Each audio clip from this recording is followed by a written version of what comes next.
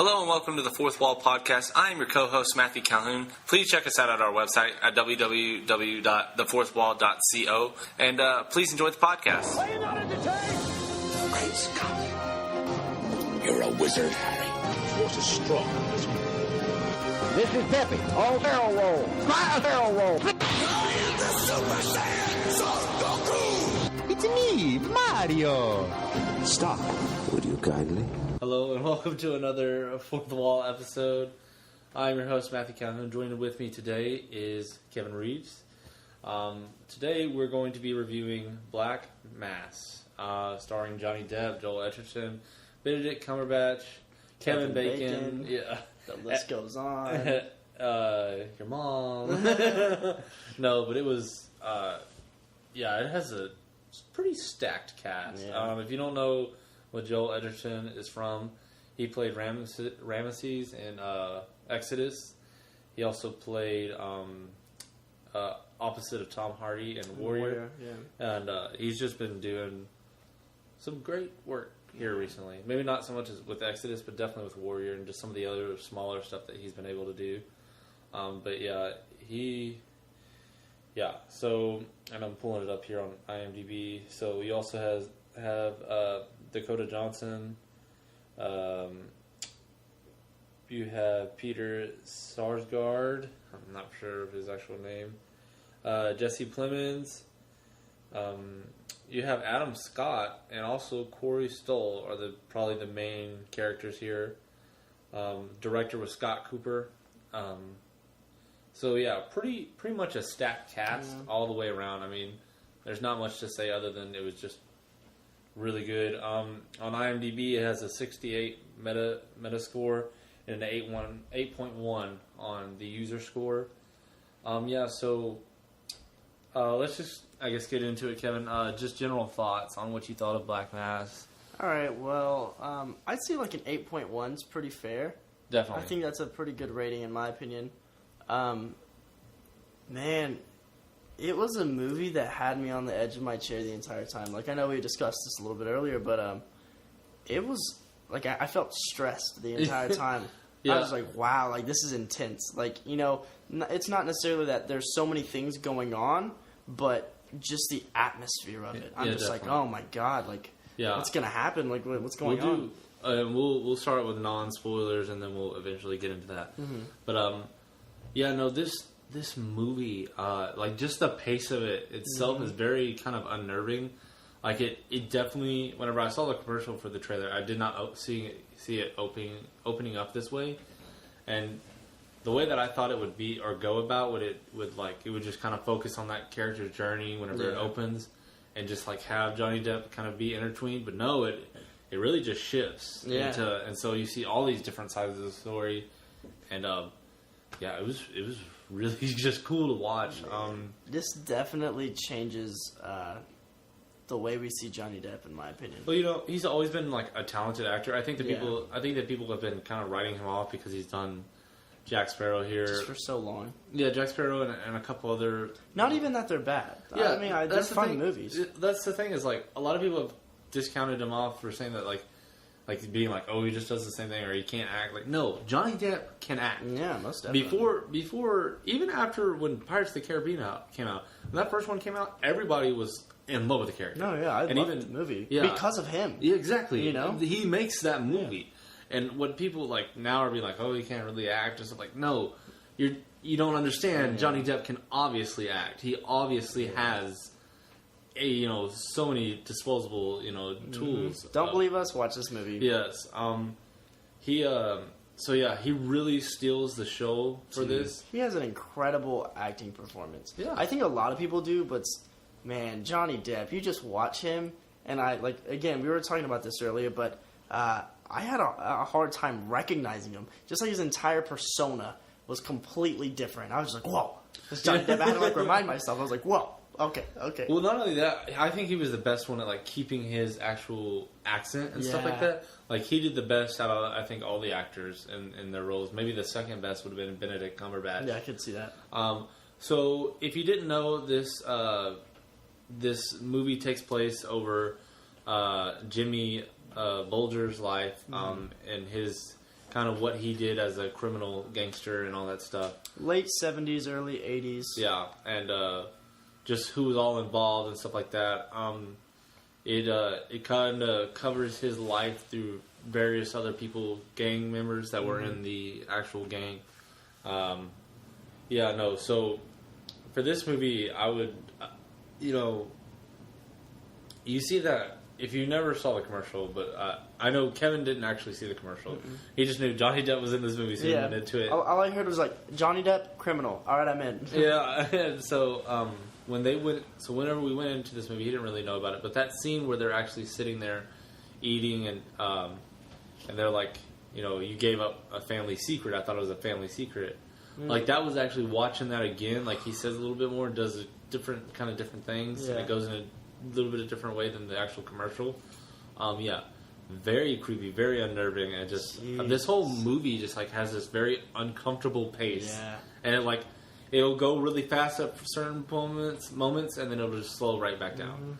And then it'll go fast and then slow back down. And that's what keeps you on the edge of your seat. You're like, what's gonna happen? What's gonna happen next? Yeah, definitely. And Joel Edgerton, I think he did a really good job. Like, you see that obviously something, and they kind of hint at it, that Jimmy had once protected him. Yeah. But you really see his character in itself evolve, right, and stuff like that. Yeah. And the way that he becomes is kind of pig-headed almost. Like, you can we as viewers can obviously tell he's hiding something, and it's very obvious. Benedict Cumberbatch's character was great. Although he didn't have a huge amount of screen time, I still enjoyed him. I like Kevin Bacon's character too. Yeah, even Kevin. He was stern, throughout the entire thing. Even after, I don't want to give things away yet, but throughout the story, he was pretty stern. And even towards the end, he was still there's something still going on here. I don't know. And not only that, but this is actually based on a true story. So all these characters kind of, are actually from real life. And so I think that they were played with great gravitas and stuff like that. I think it's something to be said about a movie that, not only can just keep you on your toes, obviously, but one that has such a good script or something like that where they can bring so many A-listers to the table. There are some great actors in this piece, and I didn't realize how many there were going to be, because this opens up the same weekend as the Scorch Trials, Everest, and Black Mass being the third one that opens up this week. And it went against a pretty stacked cast with Everest, I think. Yeah. And also the Scorch Trials being the young adult novel thing that it is.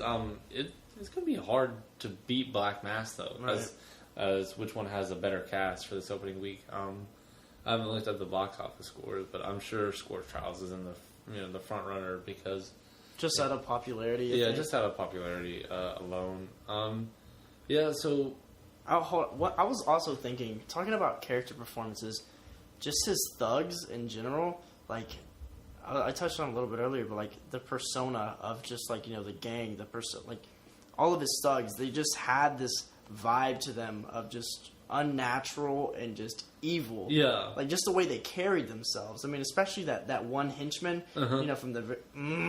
spoilers, damn it, I want to... No, I understand. The specific henchman that just, had very, very few lines, but just his face. Those little smirks that he'd give off just before he's about to just, beat the crap out of someone. Yeah. Just so unnerving. So I was going to delve with you a little bit into Johnny Depp's character there, just a little bit. When we talked about him not being, people saying that he doesn't act anymore, or just that he isn't a good actor. I think this should really shut people up because, he basically just changes. He's not, you go. The worst thing as an actor is to be recognized as, oh, that's Chris Evans or that's Chris Hemsworth instead of, oh, that's a character he's playing. Right. That's Captain America. Yeah, that's Captain America. That's Thor. That's Iron Man. You know, instead of being recognized as an actor in a sense. And so instead of it being, that's Jack Sparrow. Like, he really just fully changes, and he is not at all like anything else. Just this very uncomfortable, just menacing person that, like, is not okay to be around, I think. Right. And, it just, I don't know. I like... I was thinking of it, dare I say this, but his performance, at least to me, was kind of similar to Heath Ledger's with the Joker. A little bit. In terms of, I mean, obviously two completely different stories, but in terms of just, he was doing... the reason why he did what he did was because, like, he thought it was right, in a sense. I mean, like, there wasn't, at least in my opinion, there wasn't a single point of the movie where he felt sorry for what he was doing. Yeah. Like, for me, he showed, like, no sympathy. Yeah. Well, and he totally believed in his cause. Exactly. I think is also, and, like, he just, he always, he really was, like, this just conniving person, in a sense. But not only that, like, you just knew, like, if you saw him walking down the street, like, the way his voice was with that accent, like, you were just like, this guy You would cross the street to get away from him. He's one of those dudes. This guy you don't want to mess with. Like, he is not okay. And, it's real. But it makes it. And yet at the same time, though, he would come across with certain people as just like this, not necessarily ordinary, but like a nice dude. You know, some people are just like, hi, nice to see you again. It was like what you were saying, and you were like, honestly, is it kind of bad if I actually kind of want him to get away? Yeah, like, because I heard this long ago. I think it was a study that the first person that we see either on screen or on the first character we read in a book or in theater, the first character that we see, we generally tend to side with that character. Yeah. I don't know why, but there was a study on that. And so, he's not necessarily the first character that we see, but he's definitely the main character that we keep on going back to. Yeah. And so it's just like, wow, like... The story revolves around him, obviously. Yeah, it's like he's doing so many bad things, and yet at the end I'm just like, I really want him to get away. Like, well, and not only that, but I felt like I actually kind of wanted him to get away, but I actually wanted the guy that is played by Joel Edgerton, Connolly. I actually did want him to get caught, kind of a thing.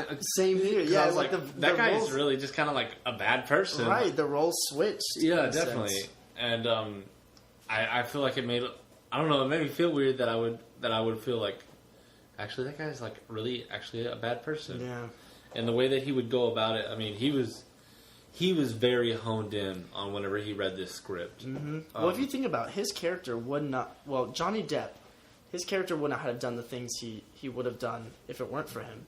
If you really think about it. Yeah, definitely. Kind of interesting. And not only that, but without Joel Edgerton's character, which is Connolly, we don't exactly have the same story because without the police's help, stuff doesn't happen in the movie, and we have a totally different Jimmy. Exactly.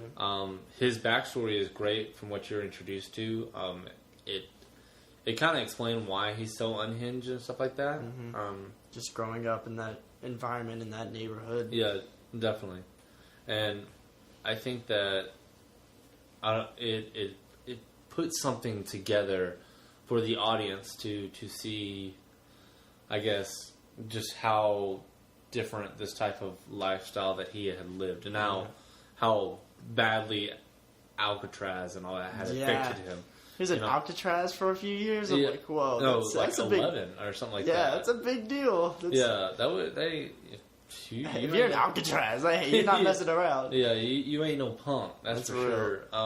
And get out of it, and and continue doing. It's like, I went to Alcatraz for 11 years, but hey, I'm still gonna be a criminal. Definitely.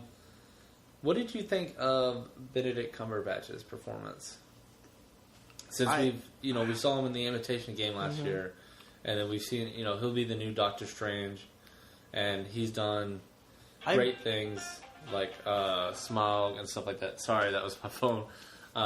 But he's done great work like that. What did you think about him in this? I really wish I could have seen more of him. A lot of people, there have been some people that have said, like, why does he get so much love for all the stuff that he does? Because, like, we haven't seen him in, like, a whole bunch of, I guess, stuff. Yeah. and just a lot of Sherlock. But the thing about it is, if you ever actually looked at Benedict Cumberbatch's past, he is very well trained. Oh, most definitely. And you can tell, and I honestly, like you said, I wanted to see more of him. Yeah. Whenever the first opening scene, something happens in between him and Joel Edgerton, I was like, I really hope he doesn't just make a cameo in this, because he's doing really good. Yeah. He was nailing that accent and everything. I totally would have believed him for the times. Like you said, I mean, his training is definitely extensive, and you see that, and I think that's a reason why we do like him so much. Because, I mean, sure, some people are like, oh, he's overrated. Well, really? Because in everything that I've seen of him, it's a very impressive performance. And not only that, I mean, he kills it. Yeah. Every time. I mean, if you, honestly, for our listeners, go YouTube Benedict Cumberbatch performing or recording for Smile. He's on the ground, moving as a dragon, and he's got I haven't seen that. Yeah, he's moving like the dragon does, and the motions that he does, they actually animated in the movie, and so it looks really cool because he's on all fours and he's doing the voice and all that stuff. It's so cool to as an actor myself, it just makes me want to go that much farther into my acting. Dude, that is so cool that you would be because that's a whole nother level of getting into character. Well, yeah, he's just in a room and there's he just has all these dots all over him, and there's people just surrounding him with cameras, and he actually even hits one of the cameramen by accident, and the guy's sorry, he never broke character, and so yeah, he was great in this role. I don't mean to get even with the short amount of screen time, like we said, that he has. It's not even too short, though. I mean, no. He had the perfect amount. Although I would love to have seen more. Yeah, just definitely. To be more involved in a way. I don't know. Definitely. So, I guess we'll just kind of head into spoilers here territory since we're hitting 16 minutes now. But yeah, the overall use of the henchman to tell Jimmy's story, I actually like that aspect. I was not expecting that whenever coming in, honestly. It was a fresh, new thing.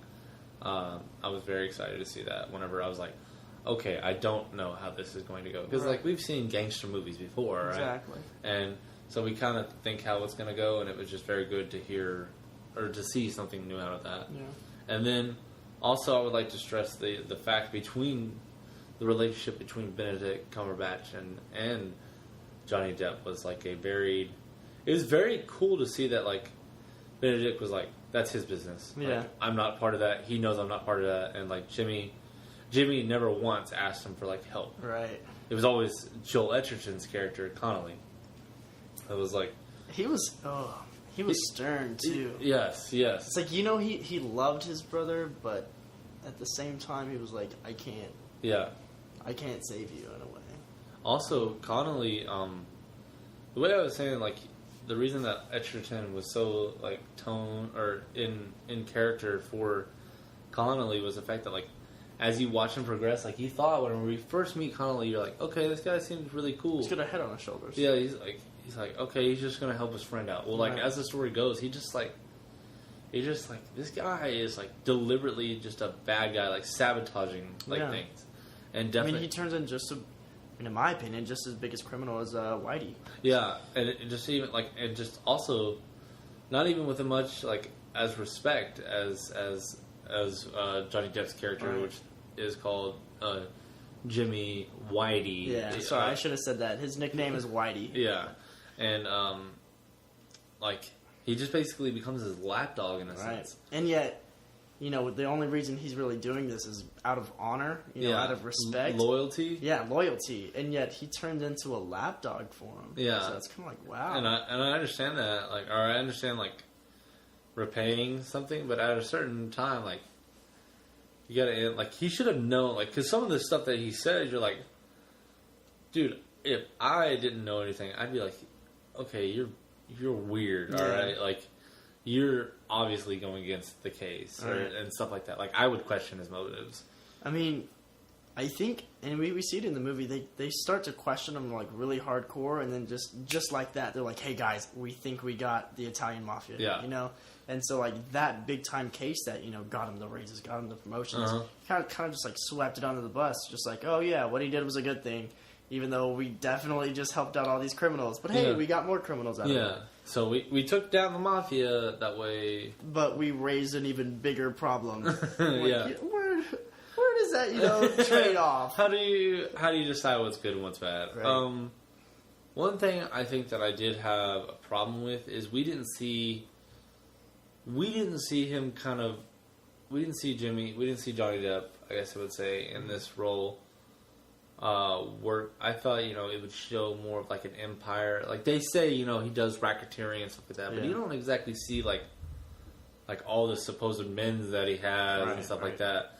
Like you see snippets of it, and that's what I think that like the movie you could either like it or not like it. It's pacing in a sense where it goes really fast and then kind of slows down and really fast, and a lot of things can happen at once, and then it changes to really being slow, and a very diverse amount of time on Connolly and Bulger, is it? Bulger? Yeah, Bulger or Whitey. Yeah. And I like his nickname. And even Benedict himself, I think it was very varied in a sense. You only really get to see is like his main henchman. Yeah. I mean, like you said, it does hit on it a little bit. Like in the one scene where, they're in the car, they roll up, and the guy, like just the two random strangers, the guy's like, "Hey, do you need me to jump in?" Yeah. It's like the local people even have respect for the guy. It's yeah, like, definitely. You need me to jump in for this? And you're like, I got this. Yeah. I'll take care of it myself. Yeah, I'll go deal with it. Yeah. But yeah, no, it was. I don't know. It was. I just wish I could have seen just a little bit more of that. Yeah. But Johnny Depp's performance was great in it. Yeah, I think so too. And so was Joel Edgerton and Benedict Cumberbatch and Kevin Bacon. He did great. One person we haven't talked about is at the very end. He doesn't have much screen time, but Corey Stoll. He's from House of Cards. Right. All that stuff. I thought he did great in this. Yeah. Also, for the short amount of scene time, I think he played a really important role in the movie. Yeah. I mean, obviously in the story, but just his acting performance as well was really. I mean, like again, for the short amount of screen time, it was pretty impressive. Yeah, he's just he is a good actor. Yeah. I think that a lot of. I don't know. I'm kind of he was in Ant-Man and he was okay in Ant-Man. They just hadn't the way that they wrote his character in Ant-Man just really didn't have a motive. Honestly, it's very weird. But that being said, this one you can see kind of that there's something like he's gonna get Connolly and he's gonna get I wish we could see a little bit more of him though. To be honest, it's kind of hard to judge his acting performance simply because he has such few lines and such few scenes. But even with the few lines and the few scenes, he has a motive, he has actions, and he has an objective. Which at the end of the day, that's what an actor needs. Yeah, definitely. And he commits to that wholeheartedly. Right. I cannot remember the wife of Connolly. I thought she did good too. Mm-hmm. Oh man. Can we get into spoiler territory? Yeah, definitely. Oh, that one scene where Johnny Depp just has her throat. Oh yeah, that was. And it was right after, just right before then, a completely another just unnerving, uncomfortable scene just goes straight into another one. And I'm just is he about to? Is he? What's going on? And I was like, he was just very uncomfortable. Yeah. You knew something bad could happen at any time, and also there's a scene whenever. So Johnny Depp's son, it's in the very beginning, kind of, you find out that he has a son. Well, his son is sick, and so she was late taking him, his wife is late taking him to the hospital. Well, eventually he kind of goes brain dead. Yeah. And he's on life support, and his wife says, talking to him, and he's like, it doesn't ever say that it's his wife. You don't know if it's his wife or his his girlfriend, or just baby's mama. But that being said, so whenever she said, I don't want our son to live like this. I'll pull the plug myself. And he's just and I was like, oh no, you messed up. Yeah, you gonna die, because he's like, how dare you say that? And you don't in this movie. You don't piss off Johnny Depp. I think that's the main lesson we learned through this movie. You do not make him mad. He's not the man to make mad. Man, and when his wife was just like, I'll pull the plug myself. He just looks at her dead in the eye with his big beady eyes, and he's just like, what did you just say? And like he grabs her, not forcefully, but just grabs her just to like make her say it again. Just like, I want you to tell me that again. And he's just like, who do you think you are? Like, do you know who I am? Yeah. And I was just like, oh my god. And then, trying to take his jacket off, he just like throws everything just out of pure anger. Well, and I even looked at you whenever that happened. I was like, I feel like that was definitely improv. Yeah, like his jacket got stuck, and he was just like, "Oh my god, I'm tired of all this." But, like they just had a really long day of filming. Yeah, right. But yeah, so we're gonna, I guess, kind of cut this review short just for time constraints. So just any closing thoughts on the movie there about Black Mass? Well, I will say, I mean, I know we just kind of touched on it, but the reason why his son's death was such a big deal was because, like, really, his son was the only thing that he really cared about. Yeah, at least in my opinion. Even like, let's say if it was his wife, girlfriend, lover, anything, I mean, he cared about her, but as we see in the movie, he gets home and he's like, where's my son? Yeah. He's like, I'm going to wake him up. Like, I want to see my son. Like, what's going on with him? Yeah. And, with the advice, he's like, punch it, like that whole thing. His relationship with his son is so important. And so him losing his son, while before then, he was a terrible guy. Like, he's still doing criminal things. Him losing his son was such a turning point in the movie. Yeah. He lost someone that that was his whole life. And he did a lot of these things. The reason he's doing a lot of these things is, for his family. And then later on, if we want to get further into spoilers, loses another member of his family, loses his mother, which, again, another huge turning point in this movie. Yeah. At this point, like, he has no one. Yeah. And like we were talking about, he has no one else that he cares about in life. He does whatever the heck he wants, just because, like, what else does he have to live for? Yeah. And so he starts, and another thing, what we touched on earlier, the use of his henchmen to do the crimes.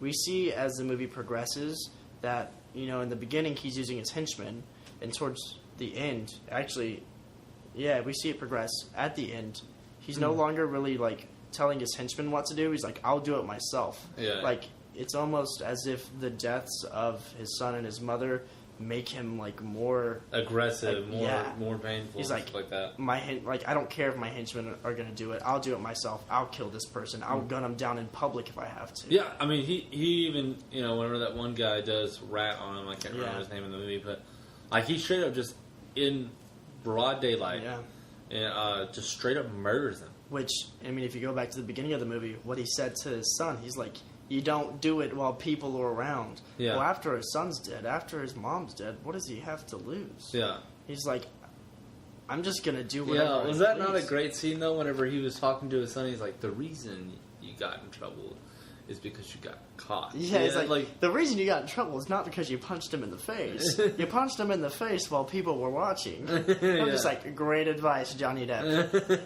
Great advice. And, that was what was so unnerving. It's like he was but he truly believed that. Yeah, yeah. His wife was like, don't you think we should be, like, this isn't something we should be telling our son? He's like, this is exactly what I should be telling my son. Especially if I'm going to, like, one day explain the business of what I actually do. Like, he probably doesn't know what I do yet, but eventually he will. And that's, I think, what was so creepy about it is because, like, he will know, and, like, he'll probably join his dad in the family business. And so... And that scene was kind of funny, simply because he's like, this is exactly what I should tell my son what to do. But it's funny for us because it's like, obviously, you shouldn't tell your son to punch someone while no one's looking. But, like, the unnerving part is that it's not funny for him. Yeah. He's being completely dead serious. He turns to his wife with just the straightest face and is like, no, this is what he needs to learn. Mm-hmm. He just does that thing where, like, he just, like, gets kind of very... serious very fast. And another thing, his outfit throughout, like, multiple outfits throughout this movie, on point. On point. Just that leather jacket, those sunglasses. I was just like, ooh.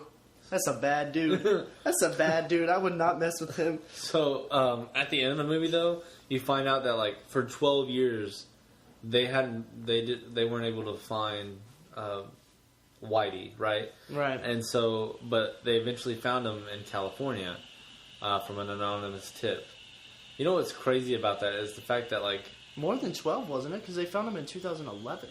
I thought it said 12 years later. I think I couldn't remember. Well, I'm not sure. I'm not sure either. But Regardless. yeah. Regardless, that guy was roaming around for 12 plus years, and then you find out that his two henchmen like only served 5 years, and like they're walking around on the streets of Boston They're walking as around, we speak. yeah.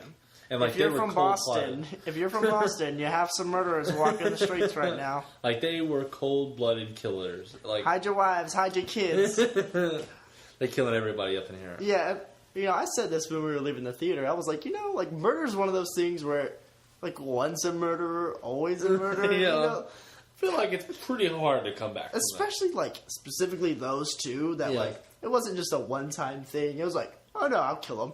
Yeah. No big deal. 10 plus people? No, that's all right. No, he killed a bunch of people. Yeah. But yeah, so on a scale of 1 to 10, what would be your score for this movie?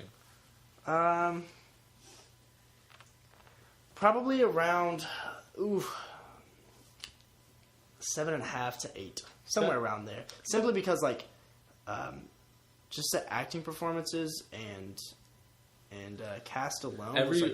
Everyone in this movie was sold out to their performance. Oh, right. Honestly, yeah. And I'm giving the scale as like 5 being average. Yeah. So like really anything above 5 is, in my opinion, is good. Yeah, yeah. So I mean, like I know a lot of people are like, oh, 7.5, that's not that good. For me, a 7.5 to 8 is like that's a good movie. Yeah, I'll give it an 8 myself.